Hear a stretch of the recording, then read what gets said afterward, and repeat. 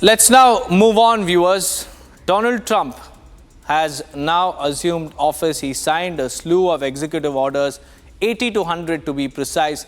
And among them, the key was on energy as well as safeguarding America's interests. And during that, he also, when he was taking the oath of office, he also fist pumped saying, "Drill, baby, drill." Here's what it means. After taking over the Oval Office, Donald Trump has said that he will again withdraw the United States, a top carbon-polluting nation, from the landmark Paris Climate Agreement. The White House announcement echoed Trump's action in 2017 when he announced that the US would abandon the global Paris Accord. The pact is aimed at limiting long-term global warming to 1.5 degrees Celsius above pre-industrial levels. The 2015 Paris Agreement is voluntary and allows nations to provide targets to cut their own emissions of greenhouse gases from the burning of coal, oil, and natural gas.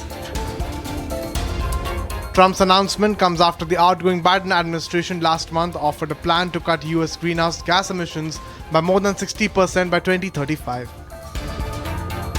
While the first Trump-led withdrawal from the landmark UN agreement shocked and angered nations across the globe, other nations renewed their commitment to slowing climate change. C'est un petit marteau, mais je pense qu'il peut faire de grandes choses. In a nutshell, I think as Europeans, we should definitely stick to the goal.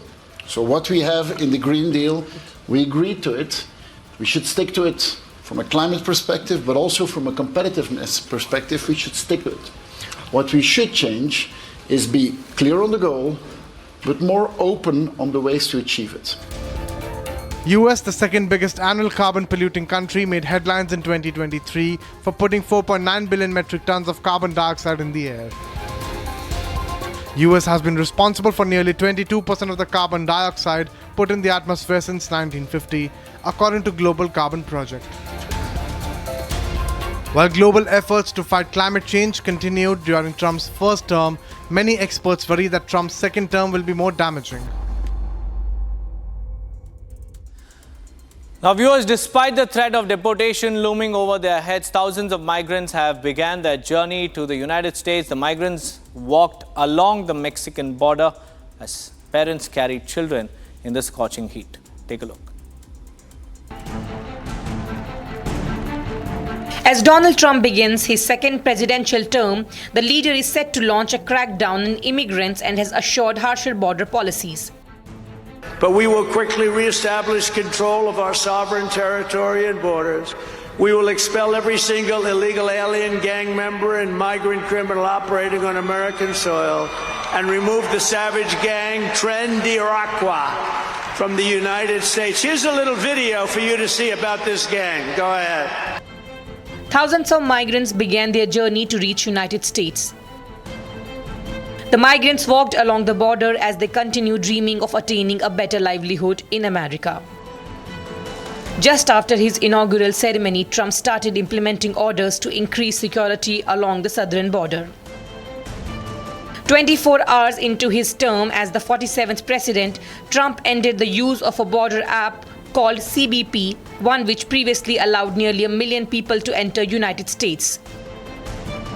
Hundreds are now stuck along the border, hopelessly in dire need of an alternative. Anteriormente, según pues, teníamos el beneficio de la cita, pues me entiende. Y si la quitan, pues ¿qué vamos a hacer aquí en Tapachula? Tenemos que eso. Y las casas, pues uno tiene que irse porque sí, tenemos niños, corren peligro y pues sabe que la seguridad de los niños y también la de uno, pues está en riesgo y hay que salir. Con lo que está pasando con los grupos y con mucho miedo y que la gente empezaron a salir y nosotros de la comunidad de País Futuro todos salimos a buscar un refugio, alguien que nos protegiera, porque habemos varios niños, como adultos, como personas de tercera edad, y salimos del barrio a buscar ayuda. Colombian president warned that the military would take offensive actions against the rebel groups known as the National Liberation Army if the attacks continued. More than 80 people have been killed in just 3 days after the National Liberation Army reportedly attacked civilians amid firefights between both the groups. The National Liberation Army claims that the organization does not intend to target civilians but has been going after former rebel fighters who are now collaborating with the government. The clash among the two groups have been going on over seizing control of a strategic border region that has cocoa leaf plantations.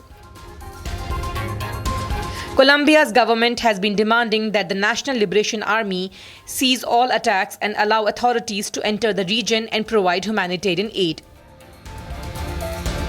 The National Liberation Army has tried to negotiate a peace deal with the government 5 times, but the talks have been failing after bouts of violence. With death toll mounting up each day, can a peace deal be reached anytime soon?